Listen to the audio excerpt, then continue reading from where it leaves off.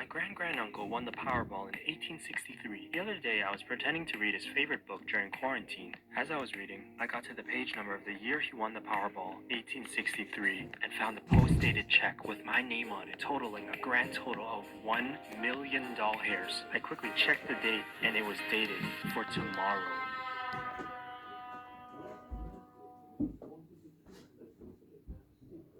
I opened Google Maps and searched for the bank, but the only one was 49 days away on tricycle. I was completely famished for that gold. I packed the essentials, and I was off like some fast guy. I got to the location, but the bank was nowhere in sight. I looked at my GPS, but realized my Google Maps was outdated by 22 years. So I updated my maps and found that the bank had been moved to a remote island in the forbidden city of Atlantis. How was I supposed to get there? How was I supposed to get to an island in the middle of nowhere? I saw a boat on the side of a range and borrowed it with my chicken's permission.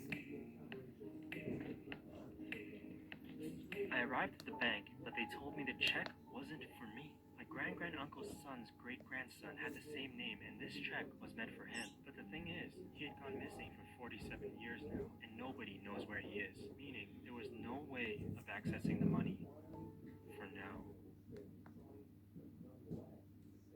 My grand-uncle's son's great-grandson went missing 47 years ago, disappeared without a trace, completely fell off the side of the flat earth. So a few days ago, one of my fans did the research for me and told me $1 million from 1863 was now worth $20 million. I was planning to let this go, but $20 million? There had to be a way to access the money. My precious. Finding my grand-uncle's son's great-grandson was the only way I could find the answers. But how was I supposed to find the ghost? If there's a will, there's a way. So I took out my calculator and calculated if my grand-uncle's son's great-grandson was out there, he would be around 80 years old. So I would be looking for an old man. But at this point, it seemed impossible, but I was determined to find him at all costs. If my strategies didn't work at first, I'll find another way. Nothing is impossible. So a year went by, hustling, trying to figure out how to get the money, day in and day out, spending 12 hours a day, 8 days a week. I wanted to rely on myself, but I figured, why don't I just ask my mama? You know, maybe I missed something, or I can find some clues that find access to the money. So I went upstairs and caught her doing Zumba in the living room. I asked my mama, what happened to my grand-uncle's son's great-grandson? And she told me, my grand-uncle never had a son's great-grandson.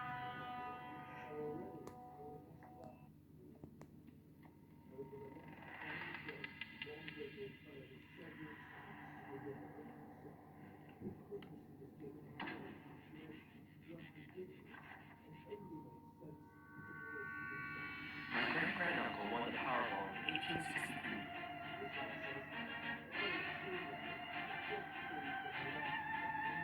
My grand-uncle's son's great-grandson, this check was meant for him. He had gone missing for 47 years now. If my grand-uncle's son's great-grandson was out there, he would be around 80 years old.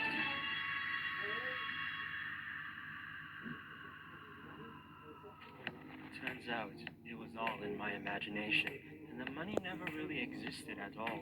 In fact, I don't even have a grand-granduncle. Oftentimes we like to look for shortcuts to success and create these dreams and fantasies of what if.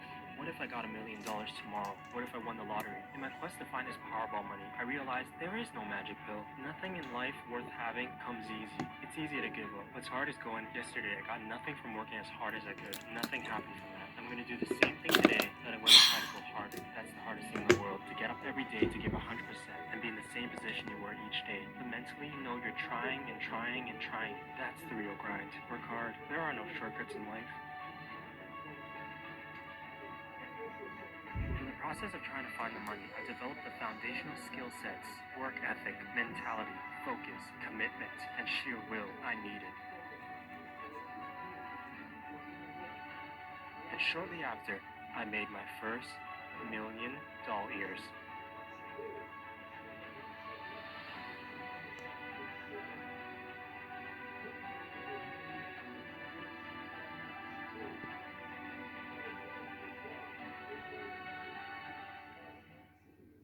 Hey guys.